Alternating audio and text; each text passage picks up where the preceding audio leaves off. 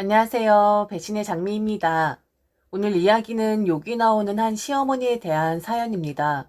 저는 감히 이 시어머니란 사람을 악마라고 부르겠습니다. 너무 감정이입이 되었나요? 그 정도로 너무 화가 나고 열불이 나는 사연입니다. 과연 이 집안에 어떤 사정이 있었을지 사연 속으로 들어가 보겠습니다. 짧게 제 이야기를 좀 들려드리고 싶습니다.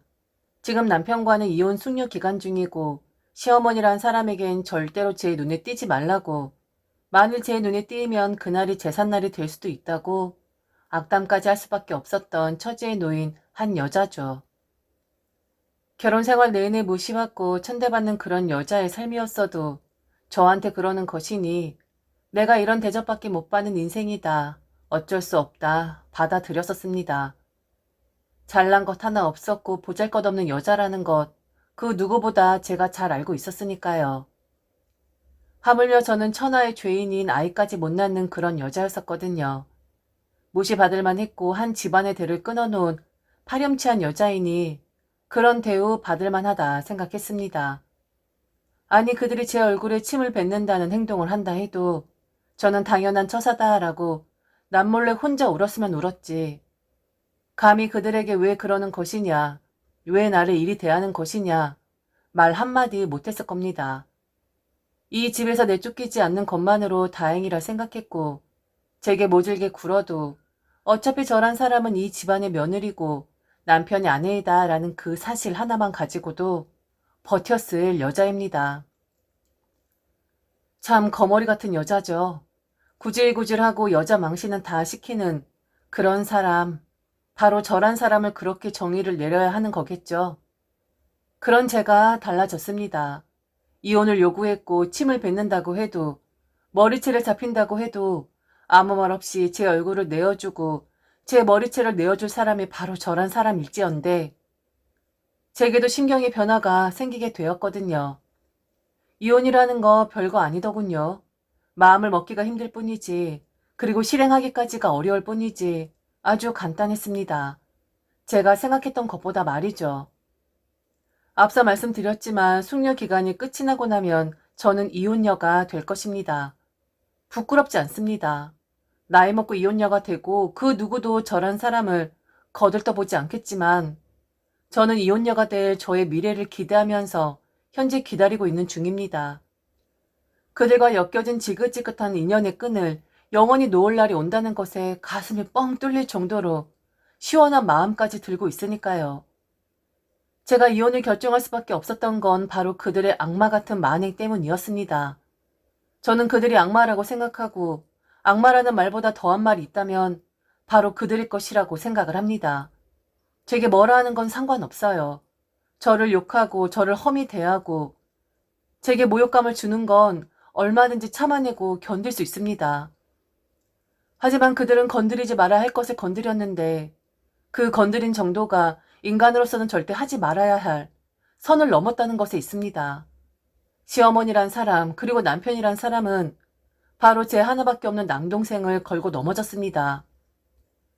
평온한 마음이 들다가도 그 생각만 하면 손이 부들부들 떨리고 입술이 파래질 만큼 부하가 치미긴 합니다. 제 남동생은 연기자예요. 여러분들이 아실 만한 연기자는 절대 아니죠. 대학로에서 주로 연극을 하고 가끔은 단역으로 독립영화에 출연을 하는, 그야말로 오랜 세월 무명으로 살고 있는 그런 연기자죠. 동생의 삶은 참으로 팍팍했습니다. 돈도 되지 않았고 어느 땐 먹을 것이 없어서 생라면으로 끼니를 때운 적도 있었다고 합니다.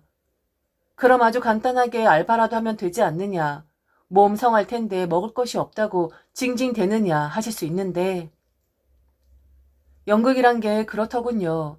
아주 큰 극장에서 연기를 하는 사람들은 돌아가면서 연기를 하는데, 남동생처럼 작은 극장에서 활동하는 연기자들은 대체할 배우가 없어서 하루에 많게는 3편 이상씩 같은 역을 소화해야 하는 그런 구조더라고요. 다른 일을 하고 싶어도 꾸준히 할 수도 없었고 시간을 쪼개고 쪼개서 자기 입에 풀칠할 정도만 다른 일을 할 수 있었기에 남동생은 항상 돈에 허덕이는 그런 상황이 될 수밖에 없었던 거였습니다. 저는 남동생의 연기를 반대했었습니다. 허황된 잡히지도 않는 뜬구름 같다고. 이제는 좀 포기를 할 때도 되지 않았냐고. 때로는 울면서 애원도 했었고 때로는 화를 내면서 다시는 보지 않을 것이다. 협박까지 일삼으며 말리곤 했었죠. 그럴 때 남동생은 그러더군요. 포기를 할 수가 없다고. 그리고 자기는 스타가 되기 위해서 연기를 하는 것이 아니라 이 자체가 좋은 것이라고 그렇게 말을 하더군요. 누나, 난 이게 그냥 좋아. 이기적이게 왜 너만 좋아하는 걸 하냐 비난할 수도 있는데 나는 이 일을 할 때 내가 살아있는 걸 느껴. 그리고 배는 고프지만 난 이 일에 굉장히 자부심이 있다고. 크게 되고 싶은 게 아니야. 그저 난 내가 행복한 일을 하고 싶은 것뿐이야. 만일 내가 행복을 줬는 것이 남에게 비난을 받을 만한 일이라면 나는 그 비난 받아들일 거야. 온몸으로 말이지. 행복을 줬는다. 그 일을 할 때 살아있는 것을 느낀다. 내가 좋다. 내가 가장 좋아하는 일이다. 어쩌면 너무 허세 부리는 말일 수도 있지만 그런 남동생이 살짝 부럽긴 하더군요. 자기가 하고 있는 일에 자부심을 느끼고 자긍심을 가지고 있는 남동생이 말이죠. 그러다가 연극 무대에서 주로 활동을 했었던 동생이 어느 날 독립영화의 주연으로 발탁이 되었다는 겁니다. 러닝타임이 30분가량 되는 영화였었는데 그동안 독립영화에도 거의 조연급으로 나왔던 남동생은 매우 들떠 있었습니다. 스크린에 자기 얼굴이 거의 러닝타임 30분 동안 나오는 것이라고. 이 맛에 이걸 끊을 수가 없다고 막 들떠서 이야기를 하는 겁니다. 기뻤습니다. 저는 쥐죽은 듯이 조용히 내쳐지지만 않게끔 조심조심 살고 있는데 자기 일에 성과를 내고 그 과정에서 한박 웃음을 짓고 있는 남동생이요. 그리고 제발 잘 안 되더라도 남동생이 포기를 하지 않았으면 하고 어느샌가 저도 남동생을 응원하고 있더라고요. 너라도 훨훨 날아다니렴. 남들이 허황이다, 허세다라고 말을 할지언정 너만 만족하고 너만 행복해 한다면 나는 기꺼이 너를 응원하리라. 그리고 너를 통해서 대리 만족을 느끼리라 하면서 저도 슬프지만 빛나는 웃음을 지어 보였었습니다. 그런데 문제는 남동생의 영화가 나온 뒤였습니다. 저는 기쁜 나머지 남편에게 남동생이 나온 영화 트레일러의 링크를 보내주었죠. 보든 말든 그건 개의치 않았습니다. 그래도 처남이 이렇게 자기의 삶을 살고 있다. 성공까진 아니어도 성장을 하고 있다라는 것을 보여주고 싶었거든요. 그런데 제가 미천한 대우를 받다 보니 제 남동생까지도 그런 대우를 받게 되더군요. 시어머니 제게 카톡을 보내셨는데 저는 시어머니의 카톡을 읽다가 깜짝 놀랐습니다. 그건 바로 시어머니의 카톡 프로필 사진을 보았는데 그곳엔 제 남동생이 환하게 웃고 있었습니다. 시어머니 카톡 프로필 사진에 제 남동생 얼굴이 보이는 거였어요. 그건 바로 이번 영화에서 나온 한 장면이었는데 참 지금 글을 쓰는 이 순간에도 손이 벌벌 떨리네요. 영화에서 남동생은 쓸쓸한 죽음을 맞이하게 됩니다. 시어머니가 당신의 프로필 사진에 올려놓은 건 바로 영화에서 나온 남동생의 영정사진이었습니다. 저는 눈을 비볐습니다. 마구마구 눈이 빨개지도록 말이죠. 정말 내 동생 영정사진인 건가? 아무리 확인을 하고 또 해도 정말 제 남동생 영정사진이었습니다. 이런 짓을 왜? 굳이 왜? 영화에 많은 컷들이 있는데 왜 하필 고르고 고른 것이 남동생의 영정사진이었을까요? 저는 바로 시어머니에게 전화를 걸었습니다. 눈이 돌아갈 것만 같았어요. 너무 흥분이 되었습니다. 막 가슴이 두근두근 거리고 심장이 밖으로 튀어나올 것만 같았어요. 왜 영정사진을? 지금 이 사진을 올려놓은 의도가 무엇인지 너무 궁금했으니까요. 시어머니의 말을 듣고 그리고 남편의 반응까지 살핀 저는 망연자실 그 자체였습니다. 이 사람들은 악마라고 생각했어요. 그리고 나를 인간 취급하지 않더니 내 동생마저도 인간 취급을 하지 않은 거였구나. 그냥 자기들 편한 대로 인간이라면 응당 있어야 할 상호 존중성도 존재하지 않는 사람들이라고 확신할 수 있었습니다. 어머니, 이 사진 뭐예요? 왜 이 사진을 카톡에 올려놓으신 거예요? 어머니, 왜 이걸 올려놓으신 거냐고요? 무슨 의도로 지금 제 남동생 영정사진을 올려놓으신 거냐고요? 너 지금 나한테 소리 높이는 거니? 이게 미쳤나? 왜? 네 동생 배우라며. 그래서 내가 사람들한테 알리려고 일부러 내 카톡 사진에 올려놓은 건데 무슨 의도를 말하라고 소리부터 질러대고 있는 거야. 왜 올렸냐니? 네 동생 사람들한테 광고 좀 하려고 그래서 올린 거다. 뭐 문제 있니? 하고 많은 사진 중에 영정사진을요? 어머니, 정말 그런 뜻에서 올리신 거예요? 아니, 아무리 그래도 하필 왜 영정사진을 올려두실 수가 있는 거예요? 다른 씬들도 있는데 왜 하필 영정사진이냐고요? 좀처럼 감정을 주체할 수 없었습니다. 시어머니의 말투부터 시작해서 확실하게 느낄 수 있었거든요. 비꼬고 있구나 라는 것을 말이죠. 일부러 영정사진을 올려놓은 것이구나. 나를 그렇게 인간이야 취급하더니 내 동생한테도 그러는 거구나. 이 사람들한테 나도 그렇고 내 동생도 그렇고 그냥 씹기 좋은 간식거리에 불과하구나 라는 것을 말입니다. 너 참 이상하다. 아니 우리 아들이 그 지 처남이 나온 영화라고 나한테 보내줬는데 난 앞만 봐도 그 영정사진이 제일 잘 나온 것 같던데. 나도 다른 것들을 보긴 했었는데 그 사진이 제일 잘 나왔더라. 그래서 그거 우리 아들한테 캡처해서 나한테 좀 달라고 했어. 이거 사진 우리 아들이 보내준 거야. 아니 가족이니까 네 동생이면 우리 가족이나 다름없잖아. 잘 되면 좋으니까. 그래서 생각해서 다른 사람들한테 영화 홍보도 좀 해주고 네 동생 얼굴도 좀 알리게 해주려고 일부러 올려놓은 건데 왜 이렇게 호들갑을 떨고 지랄을 하는 거니? 하긴 너같이 멍청한 애가 이 깊은 나의 뜻을 알겠니? 사진 잘 나왔더라. 본래 얼굴보다 그 영정사진 얼굴이 더 낫더라. 말문이 막혔습니다. 그 사진을 당신 아들한테 달라고 한 시어머니나 또 그 시어머니의 말을 따라서 일부러 그 영정사진을 캡처해준 남편이나 말입니다. 이런 것들이 가족이라고 할 수 있나요? 아무리 그래도 영정사진을 올려놓는다는 게 말이 되나요? 그래도 순간 그런 건가 라고 멍청한 생각을 하긴 했었습니다.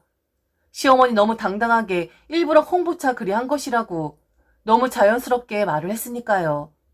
그런데 그 이후 한 말에 순하게만 고개 숙이고만 살았었던 저를 꿈틀거리게 만들었습니다. 예, 그런데 좀 이상하지 않니? 요즘 젊은 사람들 중에 특히나 무명 배우들이 그렇게 죽어나가더라. 왜 목숨 귀한 줄을 모르고 그렇게 호련히 자기의 생을 포기할 수가 있는 건지. 네 남동생 관리 잘해. 네 남동생도 무명 시간 길어지다 보면 그런 나쁜 생각 먹을 수도 있잖아. 자주 연락하고 연락 안 되면 바로바로 찾아가고 그렇게 해야 해. 난 이 사진을 보는데 네 남동생의 미래가 아닐까라는 생각이 들었어. 내가 괜한 말을 하는 게 아니라 사실 네 남동생 전혀 빛을 못 보고 있잖아. 괜히 나쁜 생각 못 먹게 잘 관리해라. 아유, 찍어도 왜 이런 영화를 찍어서는? 딱 자기 미래를 보여주는 것 같아. 막 나중에 그런 거 나오는 거 아니야? 생을 포기하기 전에 나온 영화에서 미리 영정사진을 찍다. 뭐 이런 식으로 말이다. 안 그러니? 인간으로서 웃으면서 할 수 있는 말인가요? 저게 인간의 탈을 쓰고 할 수 있는 말 맞나요? 아, 욕하기도 아까웠습니다. 그리고 제 자신이 너무 초라했습니다. 집안에서 새는 바가지 밖에서도 샌다더니 못난 누나가 남동생에게까지 모욕감을 주는구나 하고요. 화가 너무 났습니다. 눈물이 나올 정도로 앞에 있으면 시어머니고 뭐고 머리채를 다 뽑아버리고 싶을 정도로 너무 모욕적이었고 치욕적이었습니다. 우라가 치밀었고 모든 혈관들에서 피가 새어 나올 것만 같았어요. 막 피를 뿜어대고 싶을 정도로 내 자신에게 해코지를 하고 싶을 정도로 화가 머리끝까지 났습니다. 완전 미친 노인네 아냐? 당신 뚫린 입이라고 말하면 다인 줄 알아? 지금 그게 인간으로서 할 말이야? 당신이 그러고도 인간이니? 어쩜 그렇게 말을 할 수가 있어? 하늘이 무섭지도 않아? 뭐? 뭐 미친 노인네? 이게 지금 미쳤나? 야, 너 돌았니? 지금 이게 어디서 반말 짓거리에? 시어머니한테 미친 노인네라고 말을 할 수가 있어? 이거 아주 정신줄 놓았구만. 이거 완전 미쳤어. 멍청하더니 이젠 네가 얘 돌아버렸구나. 나를 모욕하는 건 참을 수 있어. 그런데 당신들이 뭔데? 무슨 자격으로 내 동생한테 그런 말 할 수가 있어? 아, 정말 당신들은 악마다. 악마 이런 악마가 없다. 이 보세요. 젖은 가는데 순서 없다 하지만 그래도 이런 거친 말하는 노인네 앞서가진 않을 것 같은데요? 이 미친 집구석에 뭐 얻어먹을 거 있다고 붙어 있었는지 모르겠다. 당신들은 사람도 아니야. 사람의 탈을 쓴 악마지. 그러니까 이런 악담을 할 수가 있는 거지. 나만 괴롭히지. 나만 후려치면 되지. 어떻게 내 동생한테까지 이럴 수가 있는 거죠? 당신들은 인정이란 것도 없니? 당신들한텐 정도라는 것도 없어? 아, 인생 너무 헛살았네. 내가 미친년이지. 내가 이런 집구석에서 왜 그동안 참으면서 살았던 건지 나를 다 찢어발기고 싶은 마음이라고, 이 악마 같은 것들아. 남편은 분위기 파악 못하고 제게 전화를 걸어서 냅다 소리를 질러댔습니다. 시어머니란 사람이 쓰러졌다고 어떤 미친 소리를 짓거렸길래 감히 시어머니 뒷목을 잡게 한 거냐고 하면서 제게 막 퍼부어 댔습니다. 자기 엄마가 뭘 잘못했냐고, 충분히 할 수 있는 말인데 네가 뭔데 감히 시어머니를 쓰러지게 만드냐고, 저라는 사람을 오늘 가만히 둘 것 같냐고, 어디 한번 오늘 나를 잡아보자고 협박질을 하더군요. 저는 될 대로 되라였습니다. 그래서 네 마음대로 하라 했고, 그리고 니네 엄마 노마운 것 같더라. 조금 있으면 똥까지 쌓아 제낄 것 같은데 그 전에 나는 도망갈 생각이니 가만두지 말고 날 한번 제대로 잡아보라 했습니다. 그리고 너 역시 이른 나이에 노마운 오기 시작한 거 아니냐고. 애미가 돌아버리니 아들까지 돌아버려서 악마 같은 짓거리를 하고 인간 같지 않은 짓거리를 하고 있는 게 분명하다고 저도 막 퍼부어 댔지요. 더 말씀드리고 싶은 이야기들이 많지만 이쯤에서 끝내고 싶네요. 혈압이 올랐다 내렸다 하는 것 같거든요. 암튼 이혼 숙려 기간이고 그 와중에도 서로 고성 오가면서 욕지거리 하긴 했지만 저도 지지 않았습니다. 왜 그동안 바보같이 참기만 하며 살았냐고요? 힘없는 여자였기에 그리 한 거라고 하면 핑계가 될까요? 그런데 참 우습게도 제가 강하게 나가면서 니들하고는 영 끊고 싶다. 니들 지긋지긋하다 큰 소리 치니 그들이 제게 매달린다는 거였습니다. 시어머니 제게 그러더군요. 자기 말이 좀 심하긴 했던 것 같다고. 그런데 본래 자기 뜻은 그런 게 아니었었다고. 다 제 남동생이 걱정이 되어서 그리 말한 건데 원래 노인네가 되면 조심성이 없어지는데 그래서 제가 오해를 한 것 같다면서 말입니다. 평생 그렇게 조심성 없게 사셨던 분이었는데 무슨 이번이만 조심성이 없었다 이야기를 하시나요? 왜요? 제가 강하게 나가니까 쫄리나 봐요? 종련 하나 가지고 이리 쳐도 반끝 저리 쳐도 반끝. 그동안 갖고 노느라 재미있었는데 장난감 없어질 것 같으니 미련 생겨요? 당신들하고 내가 더 같이 있으면 나도 그런 악한 마음을 가지는 사람이 될 것 같아서 그래요. 모질어도 사람한테 모욕 줘도 악한 사람들이라고는 생각 안 했었는데 당신들은 최악의 사람들이야. 이 세상에서 없어져야 할 그런 사람들이라고. 똑같은 사람 둘이서 잘 살아보세요.